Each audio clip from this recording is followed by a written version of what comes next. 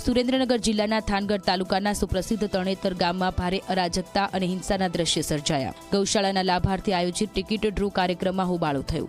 આયોજકો દ્વારા સમયસર ડ્રો ન કરવામાં આવતા હજારો લોકો ઉશ્કેરાયા હતા। મામલો એટલો બીચક્યો કે રોષે ભરાયેલા ટોળાએ આયોજકોને બચાવવા માટે આવેલી પોલીસની કાર પર પણ પથ્થરમારો કરી દીધો। દૂર દૂરથી હજારોની સંખ્યામાં લોકો મોટી આશાઓ સાથે આ ડ્રોના સ્થળે ઉમટી પડ્યા હતા। પરંતુ કલાકો વીતવા છતાં આયોજકો દ્વારા ડ્રોની પ્રક્રિયા શરૂ કરવામાં ન આવતા લોકોમાં ફાળ પડી હતી કે તેમની સાથે છેતરપિંડી થઈ રહી છે।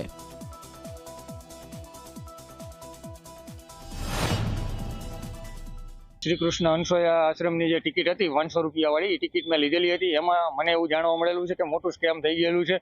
તો અમને આ વસ્તુનો ન્યાય આપવા સાહેબશ્રીને અમે રજૂઆત અને કરીએ છીએ, વિનંતી કરીએ છીએ કે આ લોકોને કડક સજા કરો અને આવા અમારી સાથે ફ્રોડ કરે છે તો આનો ચોક્કસ નિર્ણય લઈ આની ઉપર ચોક્કસ કાર્યવાહી, કડક કાર્યવાહી કરો એવી અમારી માંગ છે।